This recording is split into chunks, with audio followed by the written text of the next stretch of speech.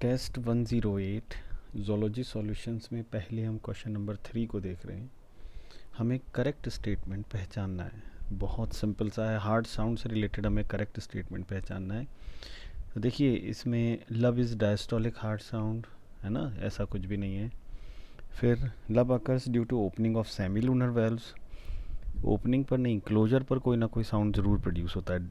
Dub can't be easily heard with stethoscope, नहीं सुना जा सकता है।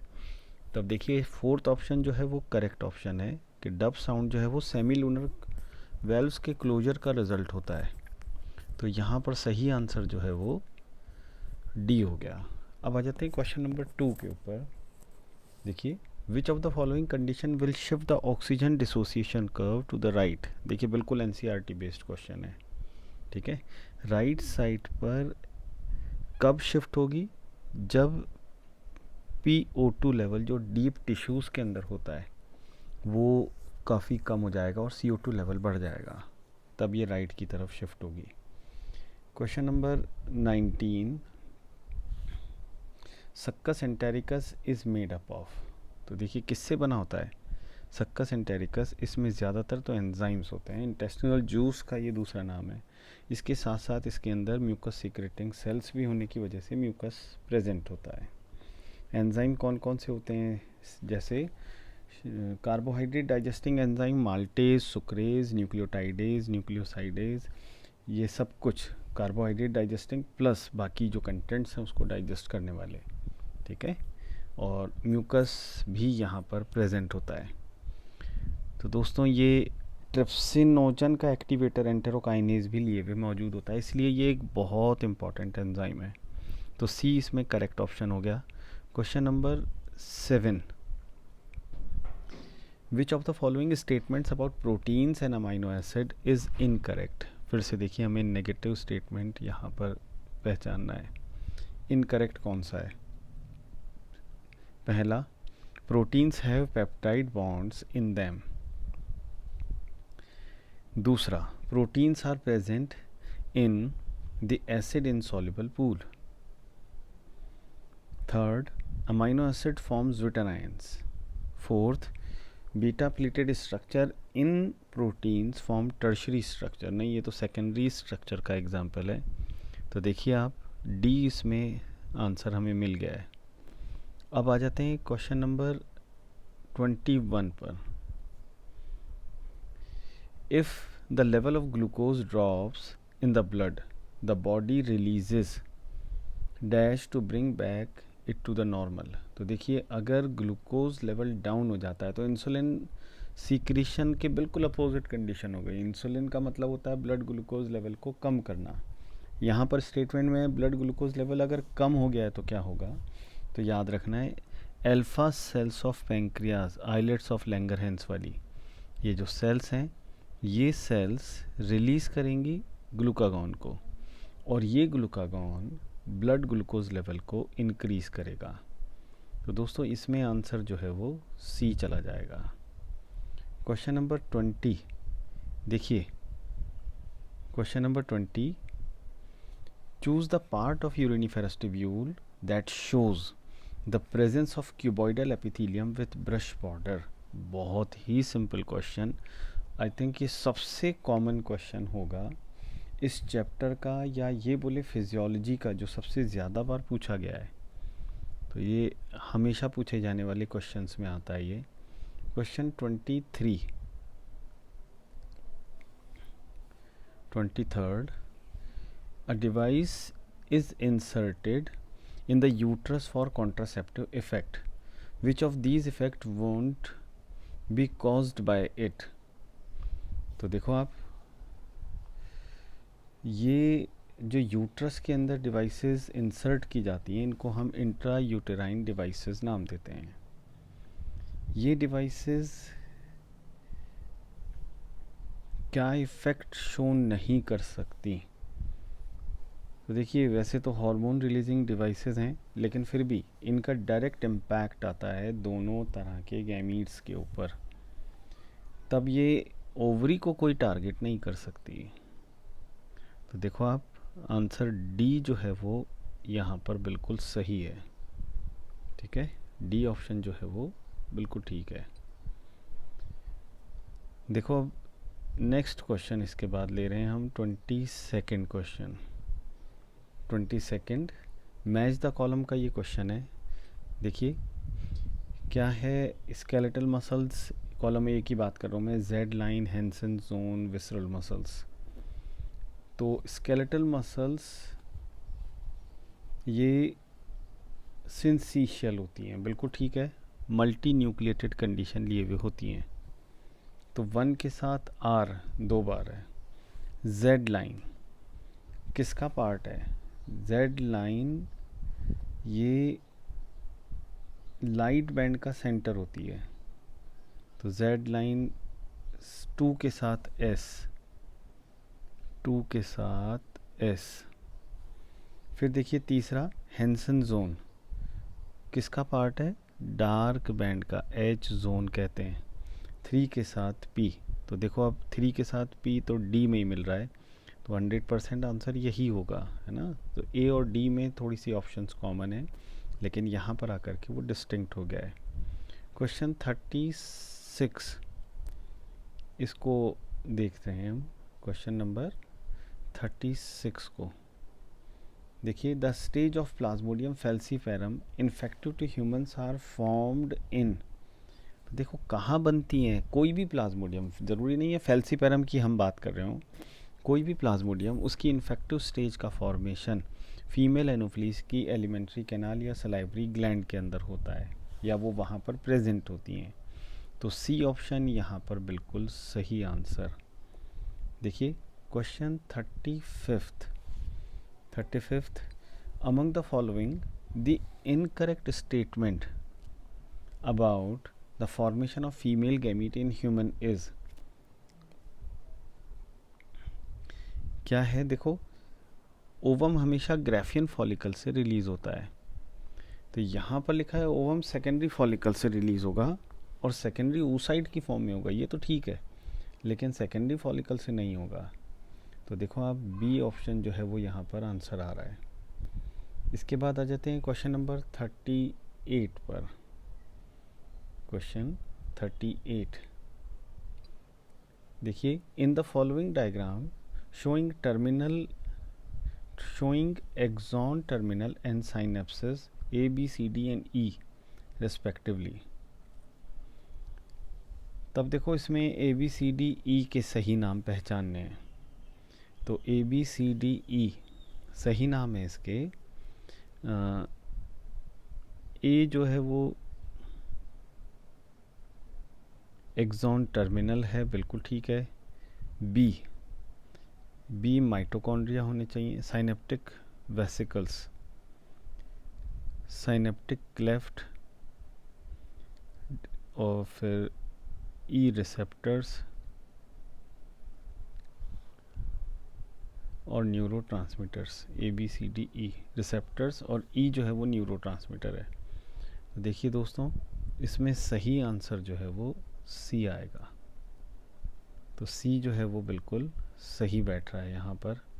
फिर आ जाते हैं क्वेश्चन नंबर 37 पर।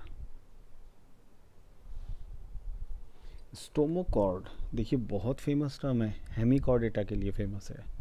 तो स्टोमोकॉर्ड हेमिकॉर्डेटा, डी अपने आप सही हो गया। आपको पूरा स्टेटमेंट पढ़ने की ज़रूरत नहीं है, ये इतना स्पेसिफिक क्वेश्चन है। देखो इसके बाद 51 a non medullated axons does not have. तो देखिए नॉन मेड्यूलेटेड एक्सॉन में क्या नहीं मिलेगा? श्वान सेल्स तो मिलेंगी, नोड ऑफ रेनवियर नहीं मिलेंगे, तो ऑप्शन बी ये बिल्कुल सही आंसर है। क्वेश्चन 46 को देखते हैं। Choose the correctly matched Duo of the drug which lowers lipid level in the blood and it's source. कौन सी ड्रग है जो ब्लड कोलेस्ट्रॉल लेवल कम कर देती है? तो देखिए आप, ये ड्रग है स्टैटिन, और इसका जो सोर्स है, क्या सोर्स है स्टैटिन का? Monascus purpureus. तो देखो दोस्तों ये डी करेक्ट ऑप्शन यहाँ पर आ जाएगा। क्वेश्चन 40 को देख रहे हैं अब। The type of ribosomes found in the cytoplasm of the organism responsible for causing typhoid यानी साल्मोनेला टाइफीम्यूरियम स्लीपिंग सिकनेस कॉज करता है ट्रिपैनोसोमा गैम्बियंस। ये एक प्रोटोजोवन यूकैरियोट है। तो 70s तो होंगे बैक्टीरिया में, साल्मोनेला में, और 80s टाइप के होंगे प्रोटोजोवन ट्रिपैनोसोमा गैम्बियंस के अंदर। तो ऑप्शन बी जो है वो यहाँ पर सही जा रहा है। तो बी सही आंसर। सिंपल सा क्वेश्चन है, थोड़ा सा इनडायरेक्ट बनाने की कोशिश की है, लेकिन क्वेश्चन फिर भी इजी बन गया है। अब देखिए 54th, Ascaris is characterised by, पहला the presence of neither true coelom nor metamerism. ये तो बिल्कुल सही लग रहा है, बाकी भी पढ़ लेते हैं। प्रेजेंस ऑफ ट्रू सीलोम, नहीं, ट्रू सीलोम नहीं होती है, फॉल्स होती है। Presence of both true coelom and metamerism, नहीं। एब्सेंस ऑफ ट्रू सीलोम ठीक है, बट प्रेजेंस ऑफ मेटामेरिज्म ये रॉन्ग हो गया। तो देखिए इसमें अपने हिसाब से आंसर अपन ने पहले ही मार्क कर लिया था, ए करेक्ट हो गया। ठीक है। Question 53, a man gets infected with a pathogen through contaminated food. He shows the following symptoms: stomach ache, sustained high fever, constipation, loss of appetite and headache. तो देखिए ये बिल्कुल टाइफॉइड मैरी वाला जो पोर्शन लिखा है एनसीईआरटी में, ये बिल्कुल उसी से रिलेटेड सही आंसर है। तो इसमें हमें याद रखना है ऑप्शन सी जो है वो करेक्ट है। 52 देखिए, Which of these phases of the menstrual cycle is correctly matched with its period? Repeat हो रहा है ये क्वेश्चन, 2-3 बार आ चुका है। आई थिंक ये 3rd टाइम आ रहा है। Menstrual phase 1st to 4th day, proliferative phase 5th से 13th day, ovulatory 14th day, luteal 15 to 28 day. देखिए आप इसमें सही कौन सी हैं, मेरे ख्याल से सारे ही सही हो गए। तो ऑप्शन डी जो है वो सही आंसर हो गया बच्चों। Question 57, choose the correct feature of the muscle fibre given below. तो देखिए ध्यान से, ये ब्रांच्ड फाइबर्स हैं। ब्रांच फाइबर्स सिर्फ और सिर्फ कार्डियक मसल्स के होते हैं। तो देखिए इसके हिसाब से contraction of the cells as a unit due to the presence of communication junctions, ये आंसर करेक्ट है। यहाँ पर कम्युनिकेशन जंक्शंस और टाइट जंक्शंस दोनों एक साथ मिलते हैं। Fusiform tissue found only in the heart, बिल्कुल गलत है। Muscles have striations and are bundle together in a parallel fashion, striations होती है ना, तो फीचर नहीं है ये इनका, पैरेलल अरेंजमेंट ब्रांचिंग की वजह से डिस्टर्ब रहता है। A sheath of tough connective tissue encloses several bundles of the muscle fibre. तो देखो आप ये यहाँ पर भी नहीं है, तब ऑप्शन करेक्ट ऑप्शन जो है वो ऑप्शन ए, तो सही आंसर है दोस्तों ए। देखिए क्वेश्चन 56 को देख रहे हैं। Following are the functions of particular hormone.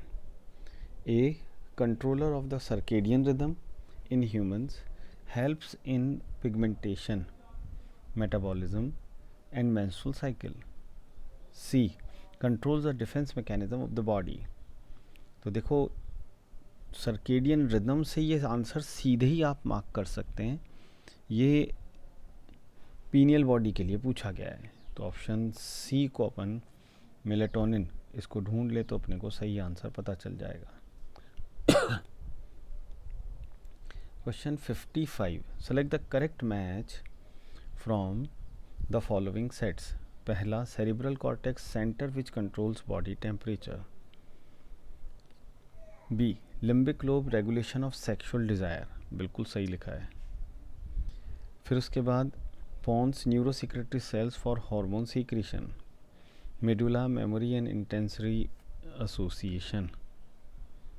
तो देखो आप, ये तो हाइपोथैलेमस का है बॉडी टेम्परेचर, और ये सेरिब्रम हिप्पोकैम्पस का है। ठीक है, न्यूरो सेक्रेटरी सेल्स यहाँ पर होती ही नहीं है, तो बी ऑप्शन अपने आप सही हो गई। तो ऑप्शन बी यहाँ पर सही आंसर है दोस्तों। देखिए 61, in which of the following techniques the mRNA is prevented from undergoing translation due to the presence of a complementary segment. तो इस टेक्निक को NCERT बेस्ड बहुत ही सिंपल क्वेश्चन, जब हम किसी जीन को साइलेंस करते हैं तो उसे RNA इंटरफेरेंस ये नाम देते हैं। क्या कहलाएगा? RNA interference. फिर आ जाइए question number 60, in a population if individuals with extreme properties die and only individuals with average property live, then the selection operating on this population will be. देखिए एक्सट्रीम को हटाना, मीन कैरेक्टरिस्टिक को support करना, ये stabilising selection कहलाएगा। Question 58, which of the following statement is incorrect about reproductive health?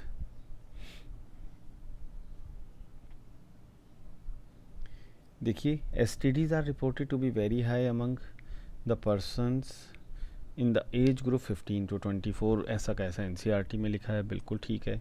MTP has a significant role in decreasing the population though it is not meant for that purpose, बिल्कुल सही है। Female infected with STD may often be asymptomatic and hence may remain undetected for long, बिल्कुल सही है। The reason for infertility cannot be psychological, psychological तो बहुत important reason होता है। तो देखिए आप आंसर डी अपने आप यहाँ पर सही हो गया। 64 क्वेश्चन, 64th क्वेश्चन की मैं बात करने जा रहा हूँ। Which of these correctly describe the valves of the heart? पहला bicuspid valve is the right होते ही ये रॉन्ग हो गया, ठीक है। फिर bicuspid valve is the left atrioventricular valve while the tricuspid valve is the right atrioventricular valve. तो ये तो बिल्कुल सही लग रहा है। Bicuspid valve is the right, फिर से रॉन्ग हो गया। Semilunar valve is the right atrioventricular, ये भी रॉन्ग हो गया। सेमीलूनर वेल्व ही गलत हो गया यहाँ पर, तो आंसर बी जो है वो करेक्ट आ रहा है। देखिए question number 63, which of these relations between two partial pressure is incorrect? Incorrect देखिए पहले से मैं मार्क कर लेता हूँ हमेशा। तो देखिए PCO2 या PO2 इन एटमॉस्फेरिक एयर हमेशा ज़्यादा होता है एल्वियोलाई से, बिल्कुल सही रिलेशन है। PO2 in tissues, PO2 in deoxygenated blood, almost correct है। PCO2 in oxygenated blood है ना, कितना 95 mmHg। PO2 in deoxygenated blood कितना 40 mmHg, ये दोनों बराबर थोड़ी है, तो ये रॉन्ग हो गया। तो ऑप्शन सी यहाँ पर सही आंसर हो गया। क्वेश्चन 62 इसको देख रहे हैं, विच of these secondary metabolites is an alkaloid? Codeine, anthocyanin, abrin, curcumin. तो देखिए इसमें एल्केलॉइड जो है वो तो कोडीन ही है, तो ऑप्शन ए जो है वो सही आंसर है। क्वेश्चन 75 को मैं बताने जा रहा हूँ। ए bacterium having recombinant DNA formed by using PBr 322 and EcoR1 restriction